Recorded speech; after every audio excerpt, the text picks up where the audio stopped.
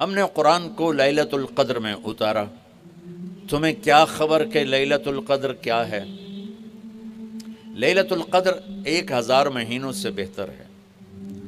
اس میں فرشتے اترتے ہیں اور یہ صبح تک رہتی ہے. لفظ قدر عربی میں اس کا ایک مطلب ہے قیمت. سبحان اللہ. تو اللہ نے کہا میں تمہیں بتاؤں، آپ سب تاجر بیٹھے ہو، لیلۃ القدر کی قیمت کیا ہے؟ 1000 مہینوں سے بہتر ہے. 1000 مہینوں سے بہتر ہے. اب 1 روپے پر 1000 نفع لے سکتے ہیں؟ دنیا میں کوئی ایسا کاروبار ہے؟ جو ہیروئن بیچتے ہیں وہ بھی نہیں لے سکتے. اور میرا اللہ کہہ رہا ہے ایک رات 1000 مہینے، یعنی کوئی 82-83 سال. یہ تو آ گیا پہلا قدر. دوسرا اس کا مطلب ہے تنگ پڑ جانا. تنگ پڑ وقت فقدر علیہ رزقہ. تو تنزل الملائکۃ فیہا، تنزل الملائکۃ والروح فیہا، کہ اس رات اتنے فرشتے اترتے ہیں کہ زمین تنگ پڑ جاتی ہے. سبحان اللہ. اتنے فرشتے آتے ہیں زمین تنگ پڑ جاتی ہے. تیسرا مطلب ہے قدر، مقدار کو. تو اللہ تعالیٰ نے اس کا آخری مطلب بھی بتایا، سلام ہی حتی مطلع الفجر، کہ یہ فجر کی نماز تک، فجر کی اذان تک یہ رہتی ہے. 3 مطلب ہیں قدر کے، تینوں اللہ نے قرآن میں کور کیے. قیمت کیا ہے؟ 1000 مہینوں سے بہتر. تنگی کیا ہے؟ فرشتوں سے زمین بھر جاتی ہے. مقدار کیا ہے؟ صبح صادق. لیلۃ القدر 27 کی نہیں ہوتی، 21، 23، 25، 27، 29. اب یہ 5 راتیں جاگنے چھٹ. آپ لوگ تو ویسے رات کے بادشاہ ہو، جاگ لو.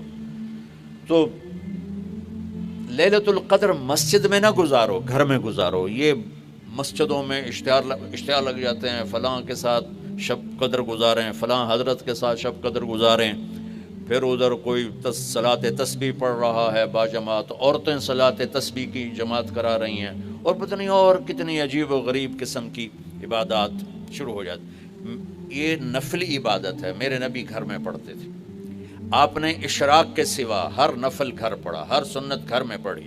تو آپ لیلۃ القدر کو یہ مستورات بھی آپ بھی اکٹھے ہو کے نہیں منانا، الگ الگ مصلی بچھا کر اپنے اللہ سے رونا دھونا کرو، اپنے اللہ کو منانا کرو. میں بھی کروں، آپ بھی کریں. نوافل کی جیسے ابھی شب برات گزری تو اشتہار تھے. میں جا رہا تھا ادھر غلام آباد میں، ایک جنازہ ہو گیا تھا، تو اشتہار فلاں حضرت کے ساتھ شب برات گزاریں، فلاں مسجد میں شب برات گزاریں، فلاں جگہ شب برات گزاریں. بھائی وہ گھر میں منانے کی ہے، مسجد میں نہیں. میرے نبی نے نفلوں کو تنہائی میں ادا کیا، فرض کو مجمع میں ادا کیا. لیلۃ القدر میں جاگنا نفل ہے. اور پھر جب اکٹھے ہو جائیں گے لوگ اور عورتیں تو پھر ساتھ غیبت بھی چلے گی، اور ایک غیبت کا بول ساری رات کو اڑا کے رکھ دے گا. مردوں یا عورت اکٹھے ہو جائیں غیبت سے تو بچتے نہیں، نہ ہی رک سکتے ہیں. سندھ سے ہم بائی روڈ آ رہے تھے، کراچی سے بائی روڈ جماعت تھی. تو وہ راستے میں بڑی غیبت کریں، نوجوان تھے سارے نئے نئے. میں چپ کر کے سنتا رہا. جب کوئی 2 دن گزر گئے نا تو ہمارے پاس بڑی وین تھی. میں نے کہا بچوں ایک نصیحت کرتا ہوں کہ غیبت نہ کیا کرو، مذاق کرو، ہنسا کرو، کھیڑا کرو، غیبت نہ کرو. تھوڑی سی میں نے اس پہ بات کی تو بڑے متاثر ہوئے. کہا جی ٹھیک ہے انشاءاللہ آئندہ بالکل نہیں کریں گے. کوئی آدھا گھنٹہ گاڑی میں سناٹا رہا. آدھے گھنٹے کے بعد ایک بولے مولانا جی غیبت نہ کریے تو پھر گلاں کی کریے. یہ میرا کلچر ہے. لہٰذا عورتیں عبادت کے لیے بھی اکٹھی ہوں گی تو غیبت شروع ہوگی، مرد مسجد میں اکٹھے ہوں گے وقت ضائع ہوگا، غیبت شروع ہوگی.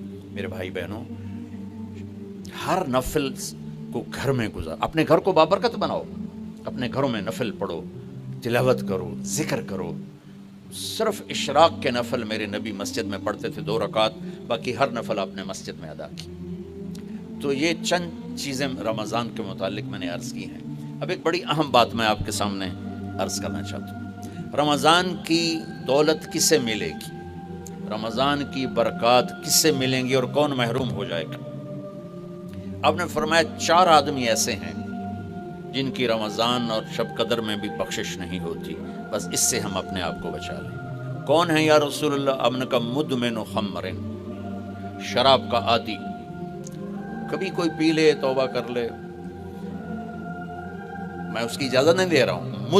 مدمن کا لفظ ہے کہ جو روزانہ شراب پیتا ہے، اس کی رمضان میں بخشش نہیں۔ عاق لوالدیہ، جو ماں باپ کا نافرمان ہے، اس کی بخشش نہیں۔ قاطع الرحم، رشتہ داروں سے لڑنے والا، اس کی بخشش نہیں۔ المشاحن، دل میں بغض رکھنے والا، اس کی بخشش نہیں۔ ہر وہ چیز جو میرے آپ کے لیے نقصان دہ اللہ نے حرام کر دی، ہر وہ چیز جو میرے آپ کے لیے مفید ہے اللہ نے حلال کر دی۔ سود حرام کر دیا۔ ہمارے پاکستان کی معیشت نہیں، پوری دنیا کی معیشت ڈوبی پڑی ہے، سارے ملک قرضوں پہ چل رہے ہیں، سود نے پوری دنیا کو تباہ کر دیا۔ تو میرے اللہ تعالیٰ نے، آپ دیکھتے ہیں میرا اللہ کہتا ہے فَأَذَنُوا بِحَرْبٍ مِّنَ اللَّهِ وَرَسُولِهِ، اگر سود نہیں چھوڑو گے تو میرے اور میرے رسول مل کر تمہارے خلاف جنگ کریں گے۔ تو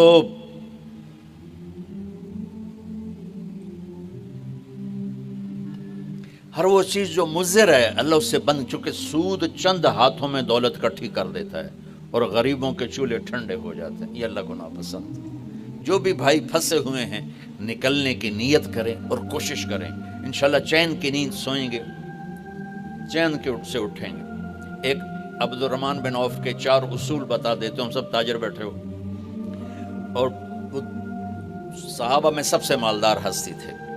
انہوں نے ایک دن فرمایا میں نے زندگی بھر نہ ادھار خریدا نہ ادھار بیچا، اگرچہ یہ آپ کو آج کے ماحول میں بڑی عجیب بات لگے گی چونکہ ہمارے سارے بازار ادھار پہ چلے گئے۔ انہوں نے نہ کبھی ادھار خریدا نہ ادھار بیچا، تو کتنا سکون ہو گیا، آرام سے سو رہے ہیں۔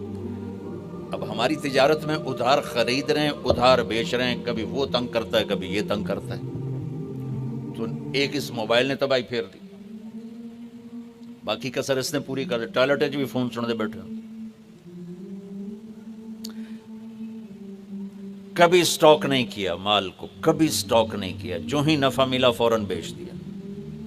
واہ واہ۔ تو ادھار خریدا نہیں، ادھار بیچا نہیں، 2، کبھی سٹاک نہیں کیا، 3، اور کبھی سودے کا عیب چھپایا نہیں۔